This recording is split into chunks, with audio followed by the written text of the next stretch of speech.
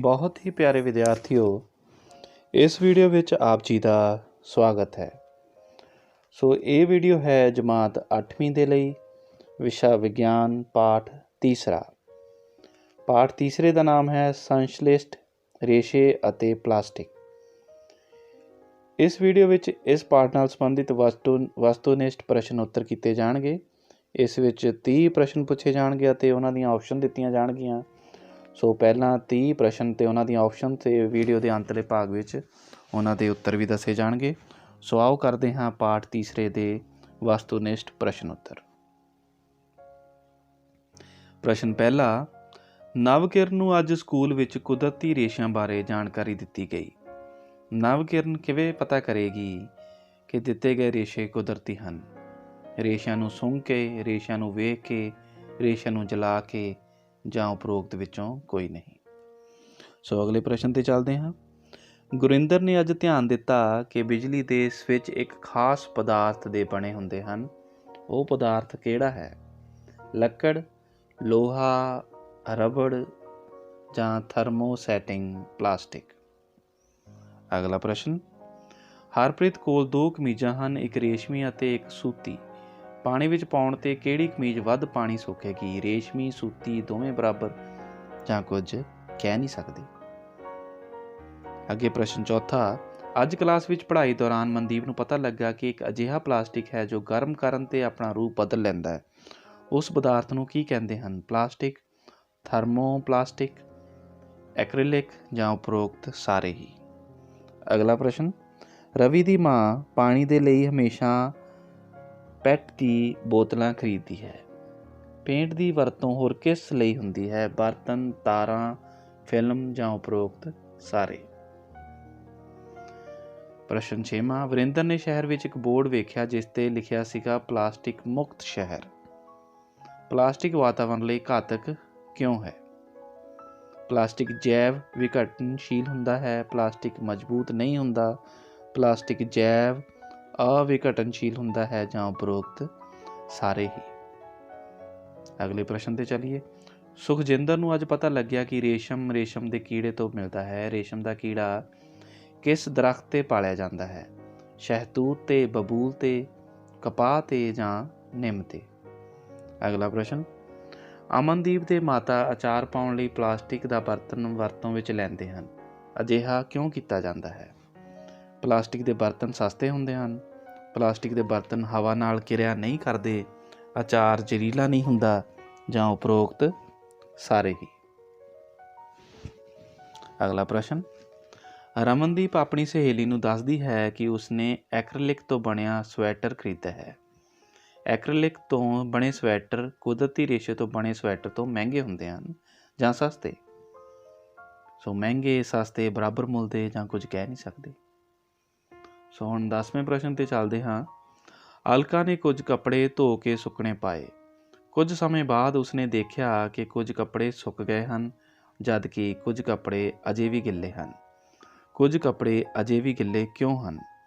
ਇਹ ਸੰਸ਼ਲਿਸ਼ਟ ਰੇਸ਼ੇ ਤੋਂ ਬਣੇ ਹਨ, ਇਹ ਸੂਤੀ ਕੱਪੜੇ ਦੇ ਬਣੇ ਹਨ, ਇਹ ਰੇਸ਼ਮ ਦੇ ਬਣੇ ਹਨ ਜਾਂ ਇਹਨਾਂ ਵਿੱਚੋਂ ਕੋਈ ਵੀ ਨਹੀਂ। ਅਗਲਾ ਪ੍ਰਸ਼ਨ, ਅਧਿਆਪਕ ਨੇ ਜਮਾਤ ਵਿੱਚ ਦੱਸਿਆ ਕਿ ਵੱਖ-ਵੱਖ ਤਰ੍ਹਾਂ ਦੇ ਕੁਦਰਤੀ ਅਤੇ ਬਣਾਉਟੀ ਰੇਸ਼ਿਆਂ ਬਾਰੇ ਜਾਣਕਾਰੀ ਦੇਣ ਉਪਰੰਤ ਪੁੱਛਿਆ ਕਿ ਸਭ ਤੋਂ ਮਜ਼ਬੂਤ ਬਣਾਉਟੀ ਰੇਸ਼ਾ ਕਿਹੜਾ ਹੈ? ਸੋ ਸਭ ਤੋਂ ਮਜ਼ਬੂਤ ਬਣਾਉਟੀ ਰੇਸ਼ਾ ਦੱਸਣਾ ਹੈ ਨਾਇਲੌਨ, ਰੇਆਨ, ਪੋਲੀਸਟਰ ਜਾਂ ਕਾਟਨ। ਹੁਣ ਅਗਲੇ ਪ੍ਰਸ਼ਨ ਵੱਲ ਚੱਲਦੇ ਹਾਂ। ਬਲਕਰਨ ਨੇ ਕੁਦਰਤੀ ਅਤੇ ਬਣਾਉਟੀ ਰੇਸ਼ਿਆਂ ਦੀ ਪਰਖ ਕਰਦੇ ਸਮੇਂ ਅਧਿਆਪਕ ਵੱਲੋਂ ਦਿੱਤੇ ਰੇਸ਼ੇ ਦੇ ਨਮੂਨੇ ਨੂੰ ਜਦ ਅੱਗ ਨਾਲ ਜਲਾ ਕੇ ਦੇਖਿਆ ਕਿ ਨਮੂਨਾ ਹੌਲੀ-ਹੌਲੀ ਜਲਣ ਤੋਂ ਬਾਅਦ ਸੁੰਗੜ ਕੇ ਇੱਕਦਮ ਠੋਸ ਗੋਲਾ ਬਣ ਗਿਆ। ਇਹ ਰੇਸ਼ਾ ਕਿਹੜਾ ਹੈ? ਸੂਤ, ਨਾਇਲੌਨ ਜਾਂ ਉੱਨ ਜਾਂ ਕੋਈ ਵੀ ਨਹੀਂ। ਅਗਲਾ ਪ੍ਰਸ਼ਨ, ਅਜੇ ਅਧਿਆਪਕ ਨੇ ਨਾਇਲੌਨ ਬਾਰੇ ਦੱਸਿਆ। ਨਾਇਲੌਨ ਦੀ ਵਰਤੋਂ ਕੀ ਬਣਾਉਣ ਲਈ ਹੁੰਦੀ ਹੈ? ਜੁਰਾਬਾਂ, ਰੱਸੇ, ਤੰਬੂ ਜਾਂ ਉਪਰੋਕਤ ਸਾਰੇ ਹੀ। ਹੁਣ ਪ੍ਰਸ਼ਨ 14ਵਾਂ, ਟੈਰੀਲੀਨ ਕਿਸ ਦੀ ਉਦਾਹਰਣ ਹੈ? ਨਾਇਲਾਨ, ਰੇਆਨ, ਪੋਲੀਸਟਰ ਜਾਂ ਇਹਨਾਂ ਵਿੱਚੋਂ ਕੋਈ ਨਹੀਂ। ਅਗਲਾ ਪ੍ਰਸ਼ਨ, ਅਧਿਆਪਕ ਨੇ ਦੱਸਿਆ ਕਿ ਜਦ ਛੋਟੀਆਂ-ਛੋਟੀਆਂ ਇਕਾਈਆਂ ਆਪਸ ਵਿੱਚ ਬੰਧਨ ਬਣਾਉਂਦੀਆਂ ਹਨ ਤਾਂ ਉਸ ਨੂੰ ਡੈਸ਼ ਕਹਿੰਦੇ ਹਨ। ਸੈਲੂਲੋਜ਼, ਬੌਲਕ, ਨਾਇਲੋਨ ਜਾਂ ਇਹਨਾਂ ਵਿੱਚੋਂ ਕੋਈ ਨਹੀਂ। ਹੁਣ 16ਵਾਂ ਪ੍ਰਸ਼ਨ, ਉਹ ਕਿਹੜਾ ਰੇਸ਼ਾ ਹੈ ਜਿਸ ਦੇ ਗੁਣ ਰੇਸ਼ਮ ਵਰਗੇ ਹੁੰਦੇ ਹਨ? ਨਾਇਲੋਨ, ਰੇਆਨ, ਪੋਲਿਸਟਰ ਜਾਂ ਇਹਨਾਂ ਵਿੱਚੋਂ ਕੋਈ ਨਹੀਂ। ਅਗਲਾ ਪ੍ਰਸ਼ਨ, ਨਵਕਿਰਨ ਨੇ ਦੇਖਿਆ ਕਿ ਮੈਲਾਮਾਈਨ ਇੱਕ ਡੈਸ਼ ਪਲਾਸਟਿਕ ਹੈ। ਥਰਮੋਸੈਟਿੰਗ, ਥਰਮੋਪਲਾਸਟਿਕ, ਪੋਲਿਸਟਰ ਜਾਂ ਇਹਨਾਂ ਵਿੱਚੋਂ ਕੋਈ ਨਹੀਂ। ਪ੍ਰਸ਼ਨ 18ਵਾਂ, ਸਰਬਜੀਤ ਨੇ ਗਰਮੀਆਂ ਦੀ ਰੁੱਤ ਵਿੱਚ ਪਹਿਨਣ ਲਈ ਕੁਝ ਕਮੀਜ਼ਾਂ ਖਰੀਦੀਆਂ ਹਨ। ਤੁਸੀਂ ਉਸ ਨੂੰ ਹੇਠ ਲਿਖਿਆਂ ਵਿੱਚੋਂ ਕਿਹੜੀਆਂ ਕਮੀਜ਼ਾਂ ਖਰੀਦਣ ਦੀ ਸਲਾਹ ਦਿਓਗੇ? ਸੰਸ਼ਲਿਸ਼ਟ ਰੇਸ਼ੇ ਤੋਂ ਬਣੀਆਂ, ਰੇਸ਼ਮ ਦੀਆਂ ਬਣੀਆਂ, ਸੂਤੀ ਜਾਂ ਇਹਨਾਂ ਸਾਰੀਆਂ ਹੀ। ਅਗਲਾ ਪ੍ਰਸ਼ਨ, ਮੀਰਾ ਦੀ ਮਾਂ ਨੇ ਮੀਰਾ ਨੂੰ ਦੱਸਿਆ ਕਿ ਖਾਣਾ ਬਣਾਉਂਦੇ ਸਮੇਂ ਸੰਸ਼ਲਿਸ਼ਟ ਰੇਸ਼ਿਆਂ ਤੋਂ ਬਣੇ ਕੱਪੜੇ ਨਹੀਂ ਪਹਿਨਣੇ ਚਾਹੀਦੇ ਕਿਉਂਕਿ ਇਹ ਮਹਿੰਗੇ ਹੁੰਦੇ ਹਨ, ਇਹ ਧੋਣੇ ਔਖੇ ਹੁੰਦੇ ਹਨ, ਇਹਨਾਂ ਨੂੰ ਅੱਗ ਕੋਲ ਪਹਿਨਣਾ ਖਤਰਨਾਕ ਹੈ ਜਾਂ ਇਹਨਾਂ ਵਿੱਚੋਂ ਕੋਈ ਨਹੀਂ। ਸੋ ਪ੍ਰਸ਼ਨ 20ਵਾਂ, ਅਧਿਆਪਕ ਨੇ ਵਿਦਿਆਰਥੀਆਂ ਨੂੰ ਵਾਤਾਵਰਨ ਨੂੰ ਸਾਫ਼ ਅਤੇ ਸਵੱਛ ਬਣਾਈ ਰੱਖਣ ਲਈ ਡੈਸ਼ ਦਾ ਸਿਧਾਂਤ ਦੱਸਿਆ। ਸਵੱਛ ਭਾਰਤ ਦਾ ਸਿਧਾਂਤ, 4R ਦਾ ਸਿਧਾਂਤ, 2R ਦਾ ਸਿਧਾਂਤ ਜਾਂ ਕੋਈ ਨਹੀਂ। ਹੁਣ ਅਗਲਾ ਪ੍ਰਸ਼ਨ, ਕਿਹੜਾ ਸੰਸ਼ਲਿਸ਼ਟ ਰੇਸ਼ਾ ਬਣਾਉਟੀ ਰੇਸ਼ਮ ਦੇ ਨਾਮ ਨਾਲ ਜਾਣਿਆ ਜਾਂਦਾ ਹੈ? ਨਾਇਲੋਨ, ਟੈਰੀਲੀਨ, ਰੇਆਨ ਜਾਂ ਉਪਰੋਕਤ ਸਾਰੇ। ਮਨਦੀਪ ਨੂੰ ਅੱਜ ਪਾਠ ਪੜ੍ਹ ਕੇ ਪਤਾ ਲੱਗਿਆ ਕਿ ਕਪਾਹ ਵੀ ਇੱਕ ਬੌਲਕ ਹੈ ਜਿਸ ਨੂੰ ਸੈਲੂਲੋਜ਼ ਆਖਦੇ ਹਨ। ਸੈਲੂਲੋਜ਼ ਕਿਹੜੀਆਂ ਛੋਟੀਆਂ ਇਕਾਈਆਂ ਤੋਂ ਬਣਿਆ ਹੁੰਦਾ ਹੈ? ਗਲੂਕੋਜ਼, ਮਾਲਟੋਜ਼, ਰੇਆਨ ਜਾਂ ਪ੍ਰੋਟੀਨ। ਹੁਣ ਅਗਲੇ ਪ੍ਰਸ਼ਨ ਵੱਲ ਚੱਲਦੇ ਹਾਂ। ਪ੍ਰਭ ਸਿਮਰਨ ਨੂੰ ਉਸਦੇ ਅਧਿਆਪਕ ਤੋਂ ਪਤਾ ਲੱਗਿਆ ਕਿ ਨਾਇਲੋਨ ਇੱਕ ਮਾਨਵ ਨਿਰਮਿਤ ਰੇਸ਼ਾ ਹੈ ਜਿਸ ਨੂੰ ਬਿਨਾਂ ਕਿਸੇ ਕੁਦਰਤੀ ਕੱਚੇ ਮਾਲ ਦੇ ਬਣਾਇਆ ਗਿਆ ਹੈ। ਇਸ ਦਾ ਨਿਰਮਾਣ ਕਿਹੜੇ ਪਦਾਰਥਾਂ ਤੋਂ ਕੀਤਾ ਜਾਂਦਾ ਹੈ? ਹਵਾ, ਕੋਲਾ ਅਤੇ ਪਾਣੀ, ਕੋਲਾ ਅਤੇ ਪੈਟਰੋਲੀਅਮ, ਸੂਤ ਅਤੇ ਰੇਸ਼ਮ ਜਾਂ ਇਹਨਾਂ ਵਿੱਚੋਂ ਕੋਈ ਨਹੀਂ। ਹੁਣ ਅਗਲੇ ਪ੍ਰਸ਼ਨ 'ਤੇ ਚੱਲਦੇ ਹਾਂ। ਸਾਰੇ ਸੰਸ਼ਲਿਸ਼ਟ ਰੇਸ਼ੇ ਇੱਕ ਖਾਸ ਤਰ੍ਹਾਂ ਦੇ ਕੱਚੇ ਮਾਲ ਜਿਸ ਨੂੰ ਡੈਸ਼ ਕਹਿੰਦੇ ਹਨ ਤੋਂ ਕਈ ਪ੍ਰਕਰਮਾਂ ਦੁਆਰਾ ਤਿਆਰ ਕੀਤਾ ਜਾਂਦਾ ਹੈ। ਪੈਟਰੋ ਰਸਾਇਣ, ਸੈਲੂਲੋਜ਼, ਬੈਕਲਾਈਟ ਜਾਂ ਉਪਰੋਕਤ ਸਾਰੇ। ਅਗਲਾ ਪ੍ਰਸ਼ਨ ਹੈ, ਅਵਨੀਤ ਨੂੰ ਅੱਜ ਇਹ ਪਾਠ ਪੜ੍ਹ ਕੇ ਪਤਾ ਲੱਗਿਆ ਕਿ ਪਲਾਸਟਿਕ ਵੀ ਇੱਕ ਬੌਲਕ ਹੈ ਜਿਸ ਵਿੱਚ ਇਕਾਈਆਂ ਦੀ ਵਿਵਸਥਾ ਕਈਆਂ ਵਿੱਚ ਰੇਖੀ ਅਤੇ ਕਈਆਂ ਵਿੱਚ ਡੈਸ਼ ਹੁੰਦੀ ਹੈ। ਸਿੱਧੀ, ਕ੍ਰੋਸਬੱਧ, ਵਲੇਵੇਦਾਰ ਜਾਂ ਕੋਈ ਨਹੀਂ। ਸੋ ਅਗਲੇ ਪ੍ਰਸ਼ਨ 'ਤੇ ਚੱਲਦੇ ਹਾਂ। ਮਾਈਕ੍ਰੋਵੇਵ ਓਵਨ ਵਿੱਚ ਭੋਜਨ ਪਕਾਉਣ ਲਈ ਵਿਸ਼ੇਸ਼ ਪਲਾਸਟਿਕ ਬਰਤਨ ਵਰਤੋਂ ਵਿੱਚ ਲਿਆਏ ਜਾਂਦੇ ਹਨ। ਮਾਈਕ੍ਰੋਵੇਵ ਓਵਨ ਵਿੱਚ ਭੋਜਨ ਪਕਾਉਣ ਲਈ ਵਿਸ਼ੇਸ਼ ਪਲਾਸਟਿਕ ਬਰਤਨ ਵਰਤੋਂ ਵਿੱਚ ਲਿਆਏ ਜਾਂਦੇ ਹਨ। ਅਜਿਹਾ ਕਿਉਂ ਕੀਤਾ ਜਾਂਦਾ ਹੈ? ਸਸਤਾ ਹੋਣ ਕਰਕੇ, ਵਿਸ਼ੇਸ਼ ਪਲਾਸਟਿਕ ਮਾਈਕ੍ਰੋਵੇਵ ਦੀ ਗਰਮੀ ਨਾਲ ਪ੍ਰਭਾਵਿਤ ਨਹੀਂ ਹੁੰਦੇ, ਕੋਈ ਵੀ ਬਰਤਨ ਵਰਤਿਆ ਜਾ ਸਕਦਾ ਹੈ ਜਾਂ ਇਹਨਾਂ ਵਿੱਚੋਂ ਸਾਰੇ ਹੀ। ਅਗਲਾ ਪ੍ਰਸ਼ਨ, ਪਲਾਸਟਿਕ ਦੀ ਵਰਤੋਂ ਕਿਉਂ ਘੱਟ ਕਰਨੀ ਚਾਹੀਦੀ ਹੈ? ਕਿਉਂਕਿ ਇਹ ਮਹਿੰਗਾ ਹੁੰਦਾ ਹੈ, ਜੈਵ ਅਵਿਘਟਨਸ਼ੀਲ ਹੋਣ ਕਰਕੇ, ਵਾਤਾਵਰਨ ਲਈ ਹਾਨੀਕਾਰਕ ਹੋਣ ਕਰਕੇ, ਐੜਾ ਅਤੇ ਈੜੀ ਦੋਨੋਂ ਹੀ। ਹੁਣ 28ਵੇਂ ਪ੍ਰਸ਼ਨ ਵੱਲ ਚੱਲਦੇ ਹਾਂ। ਅੱਜ ਕੱਲ੍ਹ ਅਸੀਂ ਮਾਰਕੀਟ ਤੋਂ ਸਮਾਨ ਘਰ ਲੈ ਕੇ ਆਉਣ ਲਈ ਕੱਪੜੇ ਜਾਂ ਕਾਗਜ਼ ਤੋਂ ਬਣੇ ਥੈਲਿਆਂ ਦੀ ਵਰਤੋਂ ਨੂੰ ਉਤਸ਼ਾਹਿਤ ਕਰ ਰਹੇ ਹਾਂ। ਹੇਠ ਲਿਖਿਆਂ ਵਿੱਚੋਂ ਕਿਹੜਾ ਕਾਰਨ ਹੈ ਜਿਸ ਕਰਕੇ ਪਲਾਸਟਿਕ ਦੇ ਲਿਫਾਫਿਆਂ ਉੱਪਰ ਪਾਬੰਦੀ ਲਗਾਈ ਗਈ ਹੈ? ਇਹ ਸਸਤੇ ਹੁੰਦੇ ਹਨ, ਇਹ ਜੈਵ ਵਿਘਟਨਸ਼ੀਲ ਹਨ, ਇਹ ਕੁਦਰਤੀ ਰੇਸ਼ਿਆਂ ਮੁਕਾਬਲੇ ਮਜ਼ਬੂਤ ਹਨ, ਇਹ ਜੈਵ ਅਵਿਘਟਨਸ਼ੀਲ ਹਨ।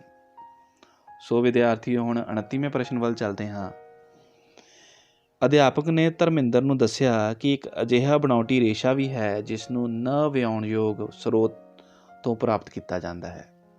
ਨ ਵਿਆਉਣਯੋਗ ਸਰੋਤ ਤੋਂ ਪ੍ਰਾਪਤ ਕੀਤਾ ਜਾਂਦਾ ਹੈ। ਉਹ ਰੇਸ਼ਾ ਕਿਹੜਾ ਹੈ? ਨਾਇਲਨ, ਪੋਲਿਸਟਰ, ਰੇਆਨ ਜਾਂ ਐਕ੍ਰੀਲਿਕ।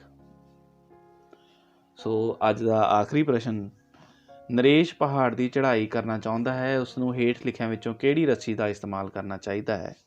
ਰੇਸ਼ਮ ਦੀ ਰੱਸੀ, ਸੂਤ ਦੀ ਰੱਸੀ, ਨਾਇਲਾਨ ਦੀ ਰੱਸੀ ਜਾਂ ਉਪਰੋਕਤ ਵਿੱਚੋਂ ਕੋਈ ਨਹੀਂ।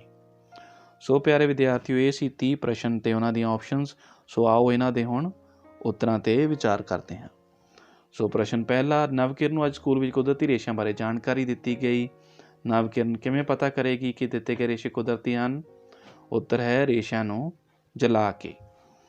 ਅਗਲਾ ਪ੍ਰਸ਼ਨ ਹੈ, ਗੁਰਿੰਦਰ ਨੇ ਅੱਜ ਧਿਆਨ ਦਿੱਤਾ ਕਿ ਬਿਜਲੀ ਦੇ ਸਵਿੱਚ ਵਿੱਚ ਇੱਕ ਖਾਸ ਪਦਾਰਥ ਦੇ ਬਣੇ ਹੁੰਦੇ ਹਨ।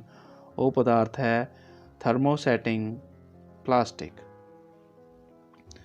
ਹਰਪ੍ਰੀਤ ਕੋਲ 2 ਕਮੀਜ਼ਾਂ ਹਨ, ਇੱਕ ਰੇਸ਼ਮੀ ਅਤੇ ਇੱਕ ਸੂਤੀ। ਪਾਣੀ ਵਿੱਚ ਪਾਉਣ 'ਤੇ ਕਿਹੜੀ ਕਮੀਜ਼ ਵੱਧ ਪਾਣੀ ਸੋਖੇਗੀ? ਉੱਤਰ ਹੈ ਸੂਤੀ। ਪ੍ਰਸ਼ਨ ਚੌਥਾ, ਅੱਜ ਕਲਾਸ ਵਿੱਚ ਪੜ੍ਹਾਈ ਦੌਰਾਨ ਮਨਦੀਪ ਨੂੰ ਪਤਾ ਲੱਗਾ ਕਿ ਇੱਕ ਅਜਿਹਾ ਪਲਾਸਟਿਕ ਹੈ ਜੋ ਗਰਮ ਕਰਨ 'ਤੇ ਆਪਣਾ ਰੂਪ ਬਦਲ ਲੈਂਦਾ ਹੈ। ਉਸ ਪਦਾਰਥ ਨੂੰ ਕਹਿੰਦੇ ਹਨ ਥਰਮੋਪਲਾਸਟਿਕ। ਅਗਲਾ ਹੈ, ਰਵੀ ਦੀ ਮਾਂ ਪਾਣੀ ਦੇ ਲਈ ਹਮੇਸ਼ਾ ਪਿੰਡ ਦੀ ਬੋਤਲਾਂ ਖਰੀਦਦੀ ਹੈ। ਪਿੰਡ ਦੀ ਵਰਤੋਂ ਹੋਰ ਕਿਸ ਲਈ ਹੁੰਦੀ ਹੈ? ਉਪਰੋਕਤ ਹੈ ਬਰਤਨ ਬਣਾਉਣ ਲਈ, ਤਾਰਾਂ ਬਣਾਉਣ ਲਈ ਅਤੇ ਫਿਲਮ ਬਣਾਉਣ ਲਈ, ਭਾਵ ਕਿ ਉਪਰੋਕਤ ਸਾਰੇ ਹੀ। ਹੁਣ ਪ੍ਰਸ਼ਨ 6ਵਾਂ, ਵਰਿੰਦਰ ਨੇ ਸ਼ਹਿਰ ਵਿੱਚ ਇੱਕ ਬੋਰਡ ਵੇਖਿਆ ਜਿਸ 'ਤੇ ਪਲਾਸਟਿਕ ਮੁਕਤ ਸ਼ਹਿਰ ਲਿਖਿਆ ਹੋਇਆ ਸੀ। ਪਲਾਸਟਿਕ ਵਾਤਾਵਰਣ ਲਈ ਘਾਤਕ ਕਿਉਂ ਹੈ? ਕਿਉਂਕਿ ਪਲਾਸਟਿਕ ਜੈਵ ਅਵਿਘਟਨਸ਼ੀਲ ਹੈ। ਅਗਲਾ ਪ੍ਰਸ਼ਨ, ਸੁਖਜਿੰਦਰ ਨੂੰ ਅੱਜ ਪਤਾ ਲੱਗਿਆ ਕਿ ਰੇਸ਼ਮ ਤੇ ਰੇਸ਼ਮ ਦੇ ਕੀੜੇ ਤੋਂ ਮਿਲਦਾ ਹੈ। ਰੇਸ਼ਮ ਦਾ ਕੀੜਾ ਕਿਸ ਦਰੱਖਤ 'ਤੇ ਪਾਲਿਆ ਜਾਂਦਾ ਹੈ? ਉੱਤਰ ਹੈ ਸ਼ਹਿਤੂਤ 'ਤੇ। ਅਮਨਦੀਪ ਦੇ ਮਾਤਾ ਅਚਾਰ ਪਾਉਣ ਲਈ ਪਲਾਸਟਿਕ ਦਾ ਬਰਤਨ ਵਰਤੋਂ ਵਿੱਚ ਲੈਂਦੇ ਹਨ। ਅਜਿਹਾ ਕਿਉਂ ਕੀਤਾ ਜਾਂਦਾ ਹੈ? ਕਿਉਂਕਿ ਪਲਾਸਟਿਕ ਦੇ ਬਰਤਨ ਸਸਤੇ ਹੁੰਦੇ ਹਨ। ਪਲਾਸਟਿਕ ਦੇ ਬਰਤਨ ਹਵਾ ਨਾਲ ਕਿਰਿਆ ਨਹੀਂ ਕਰਦੇ। ਅਚਾਰ ਜ਼ਹਿਰੀਲਾ ਨਹੀਂ ਹੁੰਦਾ, ਭਾਵ ਕਿ ਇਹ ਸਾਰੇ ਹੀ ਕਾਰਨ ਹਨ ਜਿਸ ਕਰਕੇ ਅਮਨਦੀਪ ਦੇ ਮਾਤਾ ਜੀ ਅਚਾਰ ਪਾਉਣ ਲਈ ਪਲਾਸਟਿਕ ਦੇ ਬਰਤਨ ਦੀ ਵਰਤੋਂ ਕਰਦੇ ਹਨ। ਪ੍ਰਸ਼ਨ 9ਵਾਂ, ਰਮਨਦੀਪ ਆਪਣੀ ਸਹੇਲੀ ਨੂੰ ਦੱਸਦੀ ਹੈ ਕਿ ਉਸਨੇ ਐਕ੍ਰੀਲਿਕ ਤੋਂ ਬਣਿਆ ਸਵੈਟਰ ਖਰੀਦਿਆ ਹੈ। ਐਕ੍ਰੀਲਿਕ ਤੋਂ ਬਣੇ ਸਵੈਟਰ ਕੁਦਰਤੀ ਰੇਸ਼ੇ ਤੋਂ ਬਣੇ ਸਵੈਟਰ ਤੋਂ ਮਹਿੰਗੇ ਹੁੰਦੇ ਹਨ ਜਾਂ ਸਸਤੇ? ਉੱਤਰ ਹੈ ਸਸਤੇ। ਹੁਣ ਪ੍ਰਸ਼ਨ 10ਵਾਂ ਪੜ੍ਹਦੇ ਹਾਂ। ਅਲਕਾ ਨੇ ਕੁਝ ਕੱਪੜੇ ਧੋ ਕੇ ਸੁੱਕਣੇ ਪਾਏ। ਕੁਝ ਸਮੇਂ ਬਾਅਦ ਉਸਨੇ ਦੇਖਿਆ ਕਿ ਕੁਝ ਕੱਪੜੇ ਸੁੱਕ ਗਏ ਹਨ ਜਦਕਿ ਕੁਝ ਕੱਪੜੇ ਅਜੇ ਵੀ ਗਿੱਲੇ ਹਨ। ਕੁਝ ਕੱਪੜੇ ਅਜੇ ਵੀ ਗਿੱਲੇ ਕਿਉਂ ਹਨ? ਕਿਉਂਕਿ ਇਹ ਸੂਤੀ ਕੱਪੜੇ ਦੇ ਬਣੇ ਹਨ, ਭਾਵ ਕਿ ਜਿਹੜੇ ਸੂਤੀ ਕੱਪੜੇ ਹਨ ਉਹ ਦੇਰ ਨਾਲ ਸੁੱਕਦੇ ਹਨ। ਅਧਿਆਪਕ ਨੇ ਜਮਾਤ ਵਿੱਚ ਦੱਸਿਆ ਕਿ ਵੱਖ-ਵੱਖ ਤਰ੍ਹਾਂ ਦੇ ਕੁਦਰਤੀ ਅਤੇ ਬਣਾਉਟੀ ਰੇਸ਼ਿਆਂ ਬਾਰੇ ਜਾਣਕਾਰੀ ਦੇਣ ਉਪਰੰਤ ਪੁੱਛਿਆ ਕਿ ਸਭ ਤੋਂ ਮਜ਼ਬੂਤ ਬਣਾਉਟੀ ਰੇਸ਼ਾ ਕਿਹੜਾ ਹੈ? ਸੋ ਉੱਤਰ ਹੈ ਨਾਇਲੋਨ। ਨਾਇਲੋਨ ਸਭ ਤੋਂ ਮਜ਼ਬੂਤ ਬਣਾਉਟੀ ਰੇਸ਼ਾ ਹੈ। ਬਲ ਕਰਨ ਲਈ ਕੁਦਰਤੀ ਅਤੇ ਬਣਾਉਟੀ ਰੇਸ਼ਿਆਂ ਦੀ ਪਰਖ ਕਰਦੇ ਸਮੇਂ ਅਧਿਆਪਕ ਵੱਲੋਂ ਦਿੱਤੇ ਰੇਸ਼ੇ ਦੇ ਨਮੂਨੇ ਨੂੰ ਜਦ ਅੱਗ ਨਾਲ ਜਲਾ ਕੇ ਦੇਖਿਆ ਕਿ ਨਮੂਨਾ ਹੌਲੀ-ਹੌਲੀ ਚੱਲਣ ਤੋਂ ਬਾਅਦ ਸੁੰਗੜ ਕੇ ਇੱਕ ਠੋਸ ਗੋਲਾ ਬਣ ਗਿਆ। ਇਹ ਰੇਸ਼ਾ ਕਿਹੜਾ ਹੈ? ਉੱਤਰ ਹੈ ਨਾਇਲੋਨ। ਹੁਣ ਅਗਲਾ ਪ੍ਰਸ਼ਨ, ਅੱਜ ਅਧਿਆਪਕ ਨੇ ਨਾਇਲੋਨ ਬਾਰੇ ਦੱਸਿਆ ਕਿ ਨਾਇਲੋਨ ਦੀ ਵਰਤੋਂ ਕੀ ਬਣਾਉਣ ਲਈ ਹੁੰਦੀ ਹੈ? ਸੋ ਉੱਤਰ ਹੈ ਜੁਰਾਬਾਂ, ਰੱਸੇ ਅਤੇ ਤੰਬੂ, ਭਾਵ ਕਿ ਉਪਰੋਕਤ ਸਾਰੀਆਂ ਚੀਜ਼ਾਂ ਬਣਾਉਣ ਲਈ ਨਾਇਲੋਨ ਦੀ ਵਰਤੋਂ ਹੁੰਦੀ ਹੈ। ਅਗਲਾ ਪ੍ਰਸ਼ਨ ਹੈ, ਟੈਰੀਲੀਨ ਕਿਸ ਦੀ ਉਦਾਹਰਣ ਹੈ? ਉੱਤਰ ਹੈ ਪੋਲਿਸਟਰ ਦੀ ਉਦਾਹਰਣ ਹੈ ਟੈਰੀਲੀਨ। ਪ੍ਰਸ਼ਨ 15ਵਾਂ, ਅਧਿਆਪਕ ਨੇ ਦੱਸਿਆ ਕਿ ਜਦ ਛੋਟੀਆਂ-ਛੋਟੀਆਂ ਇਕਾਈਆਂ ਆਪਸ ਵਿੱਚ ਬੰਧਨ ਬਣਾਉਂਦੀਆਂ ਹਨ ਤਾਂ ਉਸਨੂੰ ਡੈਸ਼ ਕਹਿੰਦੇ ਹਨ। ਸੋ ਉੱਤਰ ਹੈ ਬੌਲਕ। ਪ੍ਰਸ਼ਨ 16ਵਾਂ, ਉਹ ਕਿਹੜਾ ਰੇਸ਼ਾ ਹੈ ਜਿਸ ਦੇ ਗੁਣ ਰੇਸ਼ਮ ਵਰਗੇ ਹੁੰਦੇ ਹਨ? ਉੱਤਰ ਹੈ ਰੇਯਾਨ। ਨਵਕਿਰਨ ਨੇ ਦੇਖਿਆ ਕਿ ਮੈਲਾਮਾਈਨ ਇੱਕ ਡੈਸ਼ ਪਲਾਸਟਿਕ ਹੈ। ਉੱਤਰ ਹੈ ਥਰਮੋਪਲਾਸਟਿਕ। ਸੋ ਮੈਲਾਮਾਈਨ ਇੱਕ ਥਰਮੋਪਲਾਸਟਿਕ ਹੈ। ਸਰਬਜੀਤ ਨੇ ਗਰਮੀ ਦੀਆਂ ਰੁੱਤ ਵਿੱਚ ਪਹਿਨਣ ਲਈ ਕੁਝ ਕਮੀਜ਼ਾਂ ਖਰੀਦੀਆਂ। ਤੁਸੀਂ ਉਸਨੂੰ ਹੇਠ ਲਿਖਿਆਂ ਵਿੱਚੋਂ ਕਿਹੜੀਆਂ ਕਮੀਜ਼ਾਂ ਖਰੀਦਣ ਦੀ ਸਲਾਹ ਦਿਓਗੇ? ਉੱਤਰ ਹੈ ਸੂਤੀ। ਅਗਲਾ ਪ੍ਰਸ਼ਨ ਹੈ, ਮੀਰਾ ਦੀ ਮਾਂ ਨੇ ਮੀਰਾ ਨੂੰ ਦੱਸਿਆ ਕਿ ਖਾਣਾ ਬਣਾਉਂਦੇ ਸਮੇਂ ਸੰਸ਼ਲਿਸ਼ਟ ਰੇਸ਼ਿਆਂ ਤੋਂ ਬਣੇ ਕੱਪੜੇ ਨਹੀਂ ਪਹਿਨਣੇ ਚਾਹੀਦੇ ਕਿਉਂਕਿ ਇਹਨਾਂ ਨੂੰ ਅੱਗ ਕੋਲ ਪਹਿਨਣਾ ਖਤਰਨਾਕ ਹੈ, ਭਾਵ ਕਿ ਇਹ ਅੱਗ ਨੂੰ ਜਲਦੀ ਫੜ ਲੈਂਦੇ ਹਨ। ਅਗਲਾ ਪ੍ਰਸ਼ਨ ਹੈ, ਅਧਿਆਪਕ ਨੇ ਵਿਦਿਆਰਥੀਆਂ ਨੂੰ ਵਾਤਾਵਰਨ ਨੂੰ ਸਾਫ਼ ਅਤੇ ਸਵੱਛ ਬਣਾਈ ਰੱਖਣ ਲਈ ਡੈਸ਼ ਦਾ ਸਿਧਾਂਤ ਦੱਸਿਆ। ਉੱਤਰ ਹੈ 4R ਦਾ ਸਿਧਾਂਤ। ਹੁਣ ਅਗਲਾ ਪ੍ਰਸ਼ਨ ਹੈ, ਕਿਹੜਾ ਸੰਸ਼ਲਿਸ਼ਟ ਰੇਸ਼ਾ ਬਣਾਉਟੀ ਰੇਸ਼ਮ ਦੇ ਨਾਮ ਨਾਲ ਜਾਣਿਆ ਜਾਂਦਾ ਹੈ? ਉੱਤਰ ਹੈ ਰੇਯਾਨ। ਮਨਦੀਪ ਨੂੰ ਅੱਜ ਪਾਠ ਪੜ੍ਹ ਕੇ ਪਤਾ ਲੱਗਿਆ ਕਿ ਕਪਾਹ ਵੀ ਇੱਕ ਬੌਲਕ ਹੈ ਜਿਸ ਨੂੰ ਸੈਲੂਲੋਜ਼ ਆਖਦੇ ਹਨ। ਸੈਲੂਲੋਜ਼ ਕਿਹੜੀਆਂ ਛੋਟੀਆਂ ਇਕਾਈਆਂ ਤੋਂ ਬਣਿਆ ਹੁੰਦਾ ਹੈ? ਉੱਤਰ ਹੈ ਗਲੂਕੋਜ਼। ਅਗਲਾ ਪ੍ਰਸ਼ਨ, ਪ੍ਰਭ ਸਿਮਰਨ ਨੂੰ ਉਸਦੇ ਅਧਿਆਪਕ ਤੋਂ ਪਤਾ ਲੱਗਿਆ ਕਿ ਨਾਇਲੋਨ ਇੱਕ ਮਾਨਵ ਨਿਰਮਿਤ ਰੇਸ਼ਾ ਹੈ ਜਿਸ ਨੂੰ ਬਿਨਾਂ ਕਿਸੇ ਕੁਦਰਤੀ ਕੱਚੇ ਮਾਲ ਦੇ ਬਣਾਇਆ ਗਿਆ ਹੈ। ਇਸ ਦਾ ਨਿਰਮਾਣ ਕਿਹੜੇ ਪਦਾਰਥ ਤੋਂ ਕੀਤਾ ਜਾਂਦਾ ਹੈ? ਹਵਾ, ਕੋਲਾ ਅਤੇ ਪਾਣੀ। ਸੋ ਇਸ ਦਾ ਉੱਤਰ ਹੈ ਕੋਲਾ ਅਤੇ ਪੈਟਰੋਲੀਅਮ। ਸਾਰੇ ਸੰਸ਼ਲਿਸ਼ਟ ਰੇਸ਼ੇ ਇੱਕ ਖਾਸ ਤਰ੍ਹਾਂ ਦੇ ਕੱਚੇ ਮਾਲ ਜਿਸ ਨੂੰ ਪੈਟਰੋ ਰਸਾਇਣ ਕਹਿੰਦੇ ਹਨ ਤੋਂ ਕਈ ਪ੍ਰਕਿਰਿਆਵਾਂ ਦੁਆਰਾ ਤਿਆਰ ਕੀਤਾ ਜਾਂਦਾ ਹੈ। ਅਗਲੇ ਪ੍ਰਸ਼ਨ 'ਤੇ ਚੱਲਦੇ ਹਾਂ। ਅਵਨੀਤ ਨੂੰ ਅੱਜ ਇਹ ਪਾਠ ਪੜ੍ਹ ਕੇ ਪਤਾ ਲੱਗਿਆ ਕਿ ਪਲਾਸਟਿਕ ਵੀ ਇੱਕ ਬਹੁਲਕ ਹੈ ਜਿਸ ਵਿੱਚ ਇਕਾਈਆਂ ਦੀ ਵਿਵਸਥਾ ਕਈਆਂ ਵਿੱਚ ਰੇਖੀ ਅਤੇ ਕਈਆਂ ਵਿੱਚ ਕ੍ਰਾਸਬੱਧ ਹੁੰਦੀ ਹੈ। ਅਗਲਾ ਪ੍ਰਸ਼ਨ ਪੜ੍ਹਦੇ ਹਾਂ। ਮਾਈਕ੍ਰੋਵੇਵ ਓਵਨ ਵਿੱਚ ਭੋਜਨ ਪਕਾਉਣ ਲਈ ਵਿਸ਼ੇਸ਼ ਪਲਾਸਟਿਕ ਬਰਤਨ ਵਰਤੋਂ ਵਿੱਚ ਲਿਆਏ ਜਾਂਦੇ ਹਨ। ਅਜਿਹਾ ਕਿਉਂ ਕੀਤਾ ਜਾਂਦਾ ਹੈ? ਕਿਉਂਕਿ ਵਿਸ਼ੇਸ਼ ਪਲਾਸਟਿਕ ਮਾਈਕ੍ਰੋਵੇਵ ਦੀ ਗਰਮੀ ਨਾਲ ਪ੍ਰਭਾਵਿਤ ਨਹੀਂ ਹੁੰਦਾ। ਸੋ ਅਗਲਾ ਪ੍ਰਸ਼ਨ ਹੈ, ਪਲਾਸਟਿਕ ਦੀ ਵਰਤੋਂ ਕਿਉਂ ਘੱਟ ਕਰਨੀ ਚਾਹੀਦੀ ਹੈ? ਕਿਉਂਕਿ ਇਹ ਜੈਵ ਅਵਿਘਟਨਸ਼ੀਲ ਹੈ ਅਤੇ ਵਾਤਾਵਰਨ ਲਈ ਹਾਨੀਕਾਰਕ ਵੀ ਹੈ, ਭਾਵ ਕਿ ਐੜਾ ਅਤੇ ਈੜੀ ਦੋਨੇ ਹੀ ਠੀਕ ਹਨ।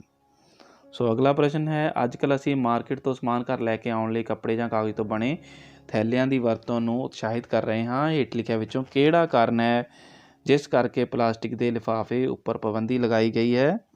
ਸੋ ਉੱਤਰ ਹੈ ਇਹ ਜੈਵ ਵਿਘਟਨਸ਼ੀਲ ਹਨ। ਸੋ ਇਹ ਜੈਵ ਅਵਿਘਟਨਸ਼ੀਲ ਹਨ। ਸੋ ਸੱਸਾ ਉੱਤਰ ਇਸ ਦਾ ਠੀਕ ਹੈ। 29ਵਾਂ ਪ੍ਰਸ਼ਨ। ਅਧਿਆਪਕ ਨੇ ਧਰਮਿੰਦਰ ਨੂੰ ਦੱਸਿਆ ਕਿ ਇੱਕ ਅਜਿਹਾ ਬਣਾਉਟੀ ਰੇਸ਼ਾ ਵੀ ਹੈ ਜਿਸ ਨੂੰ ਨਵਿਆਉਣਯੋਗ ਸਰੋਤ ਤੋਂ ਪ੍ਰਾਪਤ ਕੀਤਾ ਜਾਂਦਾ ਹੈ। ਉਹ ਰੇਸ਼ਾ ਹੈ ਰੇਯਾਨ।